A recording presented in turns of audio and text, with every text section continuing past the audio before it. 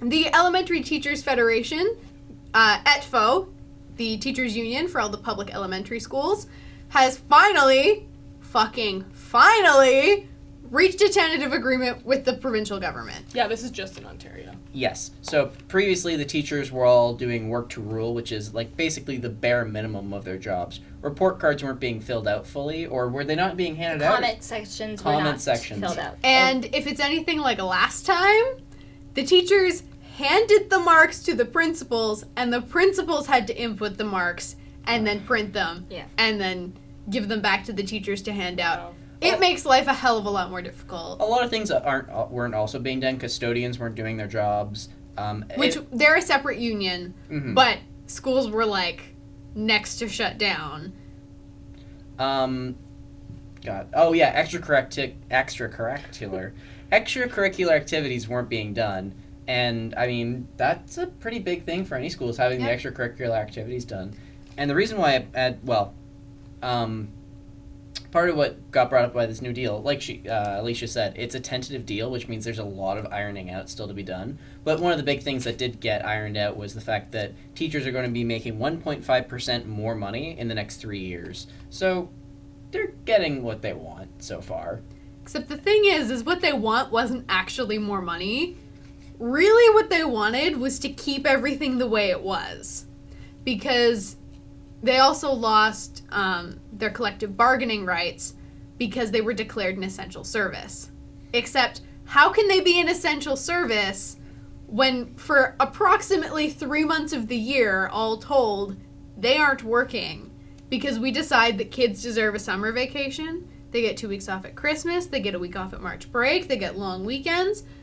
They're not working those days, so they can't be an essential service. If they're not an essential service in July and August, they're not an essential service in December. That is kind of interesting, because when you say the words essential service, I think a teacher has to be an essential service. Because, I mean, it's not like if all the teachers disappeared off the face of the earth right now, like, or at least off Canada, like, who's going to teach our kids? They're not getting homeschooled. But, like, there's lots of other jobs that if they disappeared right now, we could probably survive. If all the accountants and lawyers disappeared, we'd find a way to live. There might be anarchy, but we would still survive. As opposed to doctors, nurses, firefighters, police officers, who ensure that our society can continue to function. And apparently teachers. Except... I get why they have declared them an essential service. Yeah, I agree. Because, I mean, it's not like all the teachers can just be like, we're done, and then walk away, and then all the schools are empty of teachers. Except they should be able to, because if they can survive without teachers for 2 months in July and August, why is it any different to do it in September? Because usually what happens when teachers go on strike is the school year gets extended. It essentially gets shifted, so the kids don't actually lose anything. The school year just gets shifted, so if they take a month off in September, they go through July, they have August off the next year, and then go back in September, and then have July, August. But there are countries that don't have big breaks like that. Like, in Australia and stuff, they just do short breaks. It's not like they have an entire summer off or anything. And to be fair, and I love my summer vacations, and I'm not going to give them up. But with that said, you kind of passively lose a lot of the information that you've learned throughout the year when you're gone for 2, or in the case of like college and university students, 4 months. Yeah. You lose a lot of that information that time if you're not, practicing your skills. And that's absolutely true. But before you declare teachers an essential service, you have to get rid of those 2 months off. So is that what it would take for you to be happy with them being declared an essential service? Would they have to be teaching all year round? Yes. Okay. They could teach the same number of days and have, 4-day work weeks. I mean, that's still kind of pushing it, because an essential service is supposed to be open 24 hours a day, 7 days a week, 365 days a year. So teachers come nowhere near that. They have weekends off. Schools aren't open 24 hours a day. Not even close. Not even close. And I mean, they work more than 8 hours a day, but still. Teachers do a lot of extracurricular stuff after the school day has ended. Some teachers. It's voluntary though. True. Yeah. But like the best teachers that I ever had were the ones that stuck around after school to talk to students about what was going on. They stuck around for classes. They would do things on the weekends or something. Well, and they don't have a choice but to stick around and mark. Yeah. Whether they do it at school or at home. And they don't get paid for that either. Yeah. Once the bell rings, they're not getting paid anymore. Yeah. Yeah, but some teachers don't even care to like stick around. They just do as little as they can and just, sort of get by. So that's why they were the best teachers you had, because they actually enjoyed their job and actually gave a shit about what they were doing. Yeah. And I do think they put it as an essential service because it's actually illegal for kids not to go to school in elementary grades. Yeah. Well, part of the reason why I picked this story is because how weird would it be to be an elementary school kid right now when your teachers are basically on strike? Or, well, when you're in a union dispute. Because it's like, oh, hi, something that is way over your heads is happening right now. You have no and clue. I'm not going to be doing any of the clubs with you guys that I've normally been doing. Your report cards aren't being filled out. And this is stuff that's, like, it hurts the students, not having clubs and not having the comments. Because I can tell you, the comments sections on the report cards are far more important than the actual grades. Yeah. They were my favorite part. And I was even part of the high school work to rule when that happened. Oh, yeah, when I was the in high grade 12. schools. Yeah. So all of our extracurriculars were taken away, and I was huge into extracurriculars. I did band, I did the theater, I did all of that kind of stuff, and we had to get rid of it. And if the teachers did take part in it, they would technically be kicked out. Like, the teachers' union would actually punish them. Yeah. It's not that they have a choice. They literally can't. But I mean, aside from extracurriculars, which there is a benefit to them, but they aren't part of school. Like, they're not actually a part of school. They're extra. Yeah. They're extra that the teachers volunteer to do. The teachers don't have to do that, which is why it's part of work to rule. So aside from that, and the comments on report cards, kids don't actually lose anything. And it's not like the teachers can't write a note in the agenda home to the parents saying, here's, the constructive criticism for your kid. They can still communicate with parents in that way. Mm-hmm. If a teacher really, really wants this to happen and is going to actually put good comments on report cards, I've gotten other people's comments on my report cards with their names in them. So some teachers don't care. Mm-hmm. They just the copy-paste teachers? Yeah. Those are the worst. They are. Yeah. And so with those comments, what's the point? Mm-hmm. And so the teachers that really care and really put a lot of effort into those kids' comments are going to make sure that those parents find out somehow. So, I mean, the kids lose out a little bit, but especially the young ones don't lose out that much. They're not even going to understand what's going on either. So I don't think they're at that age. Because their school day functions the same way. Yeah. Mm-hmm. It's just, there goes chess club. There goes, because I remember when I was in elementary school, there was a couple extracurricular activities that actually, really helped me out. Because I don't want to call myself a social outcast or anything, but, I dealt with bullying and I didn't exactly deal with it very well. And, I remember there was one year where pretty much I never went out to recess. Instead, what I would do is I was join the library club, and that was run by the teacher that ran the library, and we just put away books. And I heard the Dewey Decimal System and learned it more than in that year than I ever have in the rest of my life combined. Wow.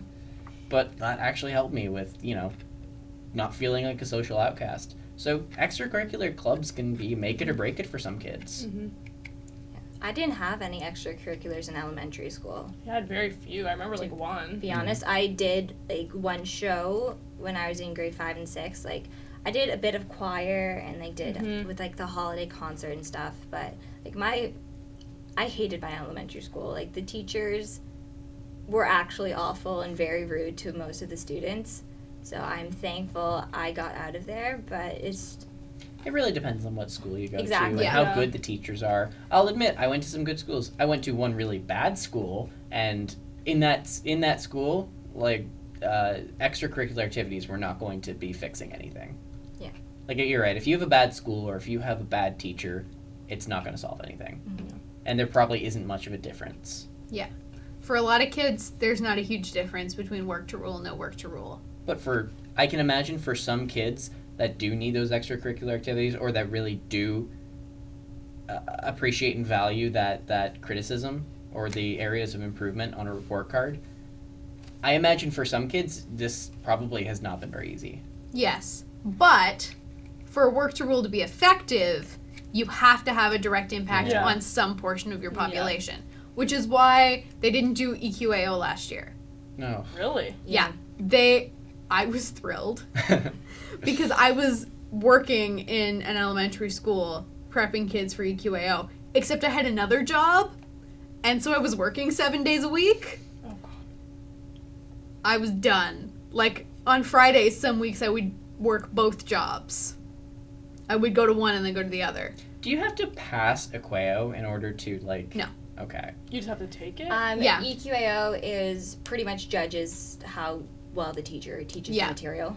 How well the Oh. teacher does and how well the school as a whole is doing. So it's more for the teacher in the school than the Yeah, actual it's student. it's more of a review on the actual teacher in the school Oh, rather than the okay. review of the I always thought it student. was to judge the students or something. Yeah, In grade no. 9 and 10, it matters more. Mhm. Like, I know my grade 9 math teacher. Well, You grade ha- 10 is when they do the literacy Yeah. test, Yes. and Oh, that's what you you need to have to graduate. Yes. You have to pass that. And some grade 9 math teachers will require you to pass the grade 9 EQAO to pass the class. Depends on the teacher. That's not a province-wide thing.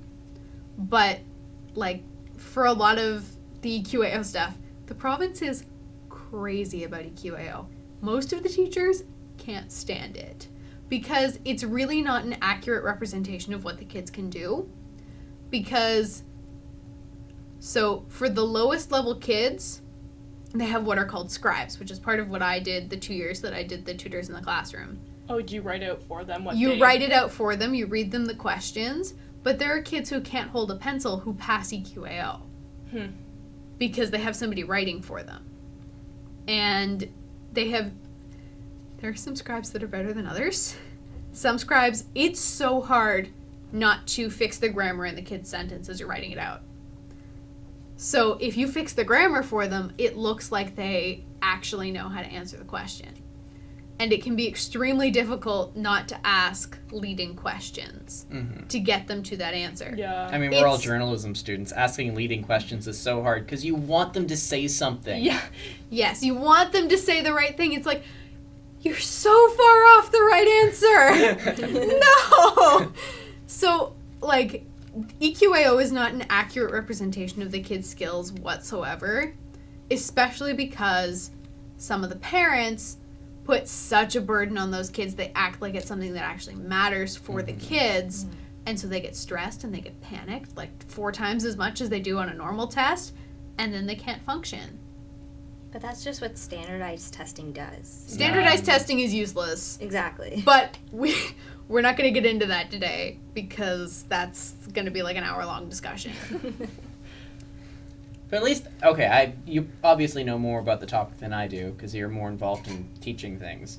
So, EQAO, really only good for, and it's worth noting for those that don't know, EQAO is done every 3 years, so it starts in 6 and 9. 3, 6. 3, 6, and 9. Yeah, grade 9 is only math. Yeah. Okay. Because it's reading, writing, and math 3 and 6, right? Yeah, it's language and math in grade 3 and 6. It's the entire year's worth of curriculum that's done in May. That's the other reason that it doesn't work. It's because when you teach a kid something in September, do you Doesn't stick really around. think they're going to remember it in May? And you also have to compress the curriculum down by like a month.